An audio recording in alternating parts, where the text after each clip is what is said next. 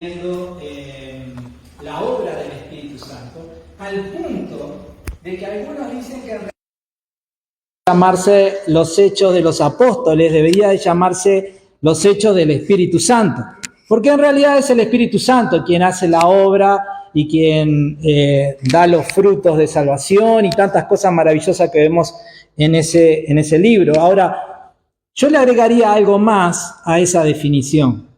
Yo diría que es los hechos del Espíritu Santo a través de personas valientes. Y hoy quiero hablarte justamente de eso. Hoy quiero hablarte de un ejemplo de valentía que encontramos en el libro de los Hechos, para que nosotros, imitándolo a él, podamos, agradar a nuestro Padre Celestial. Amén. Vamos a orar. Padre, en el nombre de Jesús, gracias por esta noche que tu iglesia pueda reunirse para adorarte, para exaltar tu nombre, para ofrecerte con nuestros labios sacrificios de alabanza, que sé que han llegado delante de ti como olor fragante. Señor, gracias por haber enviado a tu Hijo Jesús a dar su vida en la cruz. Gracias por habernos rescatado un día, habernos adoptado, habernos limpiado de nuestros pecados. Y gracias por la promesa del Espíritu Santo, el cual vive en cada uno de nosotros. Gracias, Dios. Gracias, Señor, por la esperanza maravillosa de la vida eterna, Padre. Y gracias por estar guardándonos para encontrarnos con Cristo ese día y poder ir con Él al cielo. Gloria a tu nombre, Dios, porque eres tú quien alimenta nuestra fe, quien nos sostiene, quien nos protege. Gloria a tu nombre, Señor, por estar guardándonos de todo mal. En esta hora queremos meditar en tu palabra y ruego que al hacerlo, Señor, tú puedas glorificar tu nombre. Señor, dándonos entendimiento, trayendo sanidad, trayendo libertad, manifestando tu poder en los que aquí estamos y en los que están en sus hogares. Gracias, Dios. Oramos en el nombre de Jesús. Amén y amén. El capítulo 2 del libro de los Hechos comienza con ese cumplimiento, con el cumplimiento de la promesa que el Padre había dado de la venida del Espíritu Santo. Y vamos a leerlo juntos, versículo 1. Dice, el día de Pentecostés, todos los creyentes estaban reunidos en un mismo lugar, y de repente se oyó un ruido desde el cielo parecido al estruendo de un viento fuerte e impetuoso que llenó la casa donde estaban sentados. Luego algo parecido a unas llamas o lenguas de fuego aparecieron y se posaron sobre cada uno de ellos. Y todos los presentes, y vuelvo a decir, y todos los presentes fueron llenos del Espíritu Santo y comenzaron a hablar en otros idiomas conforme el Espíritu Santo les daba esa capacidad. En esa ocasión había judíos devotos de todas las naciones que vivían en Jerusalén, que cuando oyeron el fuerte ruido, todos llegaron corriendo y quedaron desconcertados al escuchar sus propios idiomas hablados por los creyentes. Estaban totalmente asombrados. ¿Cómo puede ser?, exclamaban. Todas estas personas son de Galilea y aún así los oímos hablar en nuestra lengua materna. Aquí estamos nosotros, partos, medos, elamitas, gente de Mesopotamia, Judea, Capadocia, Ponto, de la provincia de Asia, de Frigia, Panfilia, Egipto y de las otras áreas de Libia alrededor de Cirene, visitantes de Roma, tanto judíos como convertidos al judaísmo, cretenses y árabes. Y una vez más, y todos oímos a esta gente hablar en nuestro propio idioma acerca de las cosas maravillosas que Dios ha hecho. Quedaron allí maravillados y perplejos. ¿Qué querrá decir esto?, se preguntaban unos a otros. Quiero pasar rápidamente esta parte, pero quería leerla porque nos da el ambiente, nos ayuda a entender lo que estaba pasando. Este es el momento donde muchos creen que la iglesia está naciendo, por decirlo de alguna manera. Y lo que quiero señalar en esta noche rápidamente es esa palabra que les remarqué un par de veces. No es casualidad que en la narración de lo que está sucediendo aparezca esta palabra todos en más de una oportunidad. Si nosotros leemos ahí, vamos a ver que todos los discípulos de Jesús que estaban esperando la promesa, todos fueron llenos del Espíritu Santo y todos fueron capacitados por el Espíritu Santo para cumplir con la misión. Esto no fue un regalo para algunos, sino que todos los discípulos de Cristo tuvieron esta experiencia. Y no solamente esta palabra todos refiere a los discípulos de Jesús, sino que cuando leímos acerca de las personas que se asombraron con lo que estaba sucediendo y fueron corriendo y se reunieron, todas las personas de diferentes pueblos, de diferentes naciones, de diferentes grupos, todos escucharon hablar en su lengua materna sobre las maravillas de las obras de Dios. Entonces, ¿qué quiero señalar en esta noche de esta parte? Hermanos, el Espíritu Santo nos ha capacitado y nos ha llamado a todos a que cumplamos con esta misión. No es una tarea para algunos, sino que todos hemos sido llamados a ser testigos de Cristo y todos hemos sido capacitados por el Espíritu Santo para ser testigos de Jesús.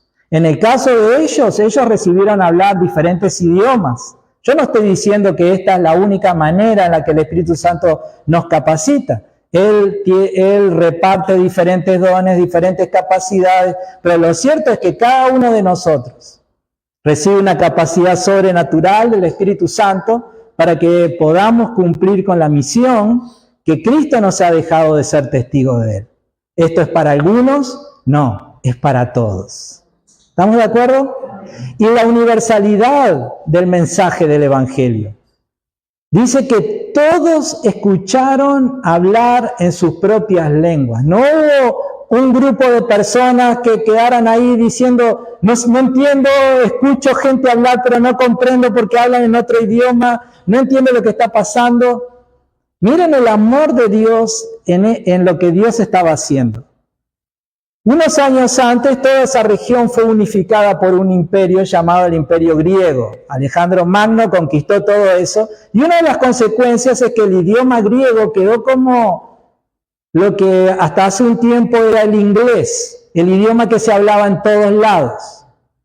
Ahora, aquel idioma era el idioma que se usaba más bien en las transacciones comerciales, en los asuntos oficiales. Ahora, Dios no les habla a la gente en el idioma griego, sino que les habla en el idioma materno, en aquello que ellos conocían perfectamente. ¿Para qué? Para que pudieran descubrir la plenitud del amor de Dios y la plenitud del mensaje del Evangelio, un mensaje de salvación y de vida eterna. ¡Cuán grande es el amor de Dios!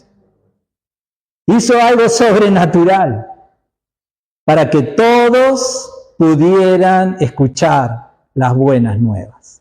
Amados, esto nos dice algo.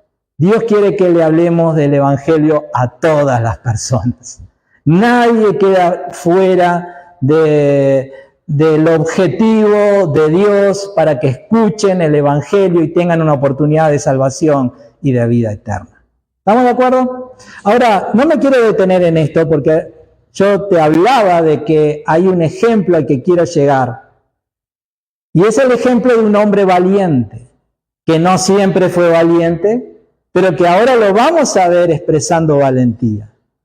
Y dice la Biblia inmediatamente en el versículo 13. Pero otros entre la multitud se burlaban de ellos diciendo, solo están borrachos, eso es todo. Versículo 14, entonces Pedro dio un paso adelante junto con los otros 11 apóstoles y gritó a la multitud, escuchen con atención todos ustedes, compatriotas judíos y residentes de Jerusalén, no se equivoquen, estas personas no están borrachas como algunos de ustedes suponen, las 9 de la mañana es demasiado temprano para emborracharse. No, lo que ustedes ven es lo que el profeta Joel predijo hace mucho tiempo. Verso 17, en los últimos días, dice Dios, derramaré mi espíritu sobre toda la gente, sus hijos e hijas profetizarán, sus jóvenes tendrán visiones y sus ancianos tendrán sueños. En esos días derramaré mi espíritu aún sobre mis siervos, hombres y mujeres por igual, y profetizarán. Verso 19, y haré maravillas arriba en los cielos y señales abajo en la tierra, sangre, fuego y nubes de humo. El sol se oscurecerá y la luna se pondrá roja como la sangre antes de que llegue el grande y glorioso día del Señor. Y el verso 21 dice, pero todo el que invoque el nombre del Señor será ¿qué? Salvo. No sé si lo estás pudiendo ver en la mente, esta imagen esta película que está pasando. Toda esa gente diciendo estos están borrachos, y en medio de toda esa confusión, y en medio de toda esa burla, y en medio de toda esa situación que se está dando, en medio de una ciudad que estaba abarrotada de gente, porque esa fiesta de Pentecostés convocaba a todos los hombres judíos para que estuvieran allí presentes, así que la ciudad estaba abarrotada de gente, y en medio de toda esa confusión, Pedro, el mismo Pedro que hace 50 días atrás negó a Jesús 3 veces, el mismo Pedro que tuvo miedo, que tuvo temor, que se avergonzó de su maestro, ese mismo Pedro demuestra que ya no está dispuesto a esconderse ni a negar más su fe, sino que ahora da un paso hacia adelante y se identifica como seguidor de Cristo. Amén. Amados, este es un ejemplo de valentía. Imaginémonos nosotros si estuviéramos en ese momento ahí. Es un momento crucial, son segundos. Son segundos donde vos estás ahí viendo lo que está pasando, el Espíritu Santo, la gente hablando, tus amigos, los discípulos de Cristo hablando en otros idiomas, la gente ahí atónita, otros burlándose, vos en medio de toda esa situación, son segundos, tu corazón late fuerte, ¿qué hago? Y Pedro, a diferencia de lo que hizo 50 días antes, dio un paso adelante junto con los otros y habló. Amados, ese es el ejemplo de valentía que nosotros tenemos que imitar. No solamente en este momento Pedro se demuestra como un hombre valiente. En el capítulo 4 de este libro de los Hechos, versículo 8 en delante, ellos habían hecho un tremendo milagro, o Jesús había hecho un milagro a través de ellos, había llamado la atención de las autoridades espirituales de la nación judía, los mismos que habían entregado a Jesús para que lo mataran, ahora los llaman a Pedro y a los otros discípulos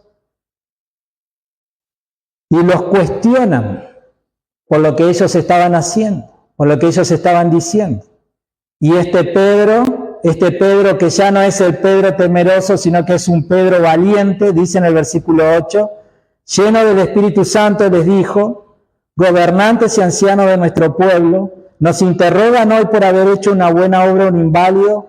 ¿Quieren saber cómo fue sanado? Déjenme decirles claramente, tanto a ustedes como a todo el pueblo de Israel, que fue sanado por el poderoso nombre de Jesucristo de Nazaret, el nombre a quien ustedes crucificaron, pero a quien Dios levantó de los muertos.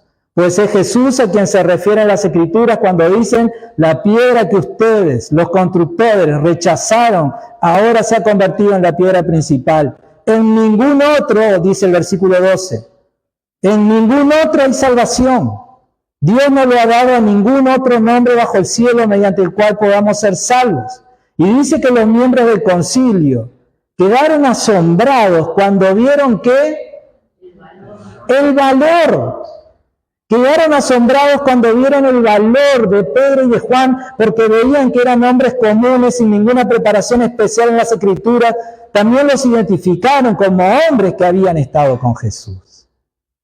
Amados, Cristo fue muerto en una cruz por estas cosas que ellos estaban diciendo. Y Cristo fue entregado a los romanos por estas mismas personas a quienes Pedro y Juan les están acusando. Y dice que quedaron asombrados del valor que ellos tenían. Versículo 18, esto no termina acá.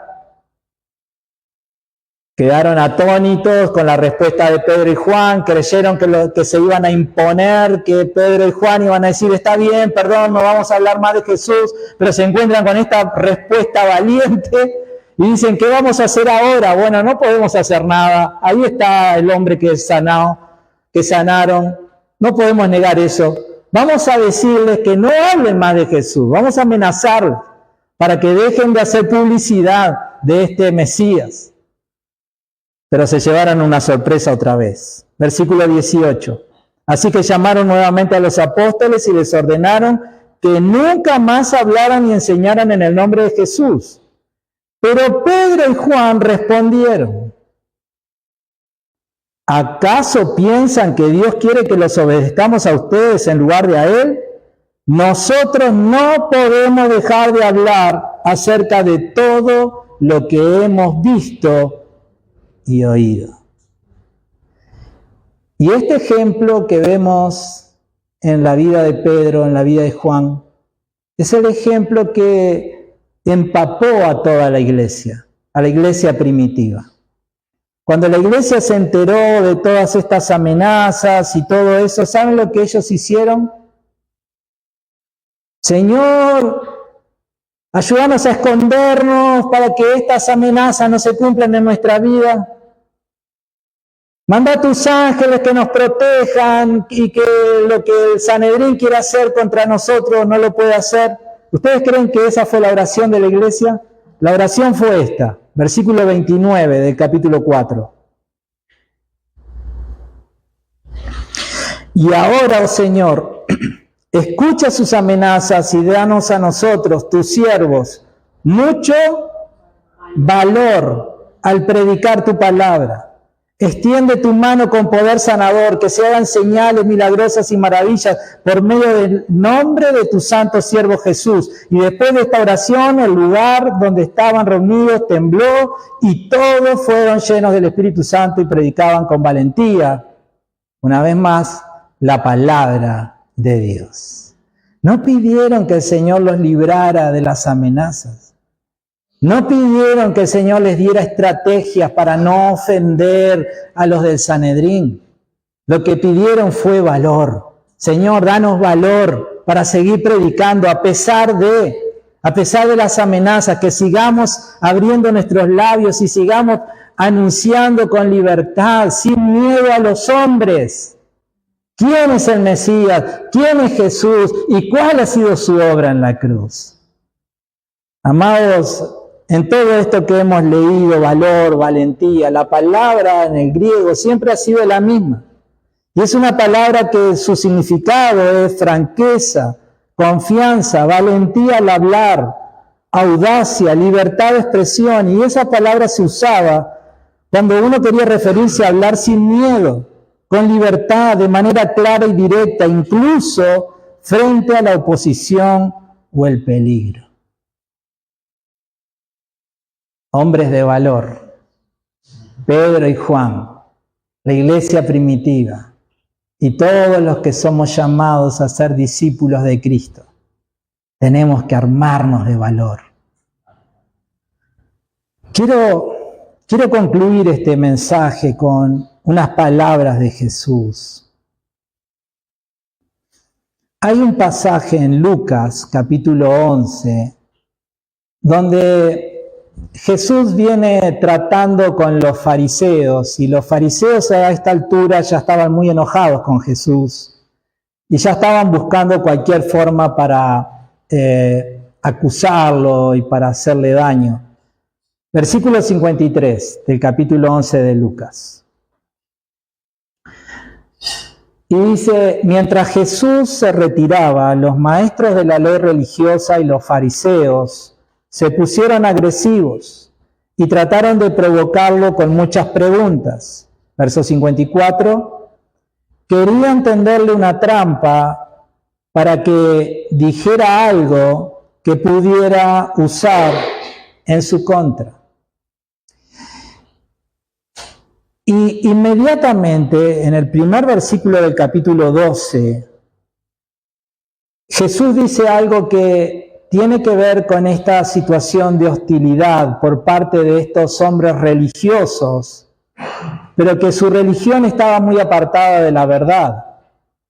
Y en la última parte del versículo 1, dice, Jesús primero se dirigió a sus discípulos y les advirtió, tengan cuidado con la levadura de los fariseos, es decir, su hipocresía. Es decir, en este trato que Jesús estaba recibiendo de parte de los fariseos, hombres que se identificaban como seguidores de Dios, Jesús claramente dice, ellos son hipócritas. Ellos dicen una cosa, pero en realidad el corazón de ellos va por otro lado. Y entonces le advierte a sus discípulos que tengan cuidado de no caer en el mismo error de la hipocresía de los fariseos. Y a partir de ahí Jesús les dice 3 o 4 cosas para que ellos entiendan en la práctica lo que significa no caer o evitar el error de la hipocresía de los fariseos. Por ejemplo, dice en el versículo 4, queridos amigos, no teman a los que quieren matarles el cuerpo, después de eso no pueden hacerles nada más. Versículo 5, pero les diré a quién temer. Teman a Dios, quien tiene el poder de quitarles la vida y luego arrojarlos al infierno. Claro, Él es a quien deben temer. Y en el versículo 8 y 9, son los versículos con los que quiero reafirmar la enseñanza anterior. Les digo la verdad, a todo el que me reconozca en público aquí en la tierra, el Hijo del Hombre también lo reconocerá en presencia de los ángeles de Dios. Versículo 9, pero el que me niegue aquí en la tierra será negado delante de los ángeles de Dios. Entonces, en este contexto donde Jesús está queriendo advertirle a sus discípulos para que no caigan en la hipocresía, Jesús les presenta este argumento. No me nieguen delante de los hombres. No tengan miedo de hablar de mí delante de los hombres. Si van a temerle a alguien, témanle más bien a Dios antes que a los hombres. Porque la hipocresía de los fariseos pasaba por ahí. Ellos querían agradar a los hombres antes que a Dios. Entonces, amados, esto tiene que ver con lo que leíamos recién acerca del ejemplo de Pablo, de Juan y de la iglesia primitiva como personas valientes. Valentía significa eso, hablar sin miedo, hablar con libertad. Sin duda que hablar de Jesús, y más en una sociedad como la nuestra, en Uruguay, bueno, puede ser que no todos lo reciban bien. Pero ¿a quién vamos a temer? ¿Vamos a temer a los hombres o vamos a temer a Dios? ¿Qué tan sincera es nuestra fe? ¿Será que nuestra fe está muy lejos de la hipocresía de los fariseos y no tenemos problema de confesarlo a Jesús delante de las demás personas? ¿O será que no nos hemos dado cuenta y hemos caído en el error de tener una fe donde confesamos a Jesús, sí, pero en el ambiente de la iglesia, en el ambiente con cristianos, y cuando estoy allí afuera, nadie sabe nada de mi fe, ni de quién es Jesús, ni de nada de eso. Amados, seamos valientes. Obviamente que la valentía que Pedro y la iglesia primitiva estaba muy ligado con la llenura del Espíritu Santo.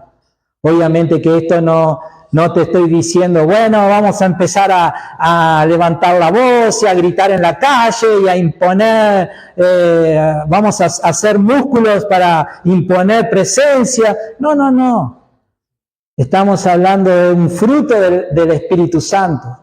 En esta relación con el Espíritu Santo, en el ser lleno con el Espíritu Santo, decirle, Señor, realmente a veces tengo miedo de hablar de Cristo.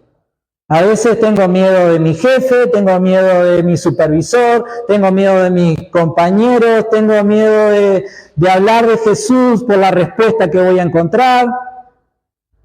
Pero Señor, yo te ruego que me des valentía, que me des valor, que yo pueda quebrar con ese titubeo, esos segundos que muchas veces quedamos estancados en ellos y podamos abrir nuestra boca y hablar con libertad de Jesús.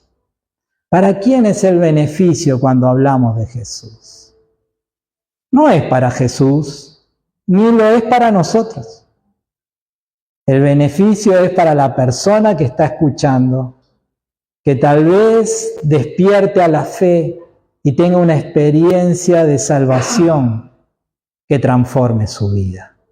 Entonces, en realidad, no estamos haciéndole nada malo. Tendríamos que tener miedo si vamos a hacerle un daño, pero en realidad vamos a hacer algo bueno. Así que con ánimo, con valor, con valentía, compartimos de nuestra fe en Jesús. ¿Estamos de acuerdo? Oramos por esto.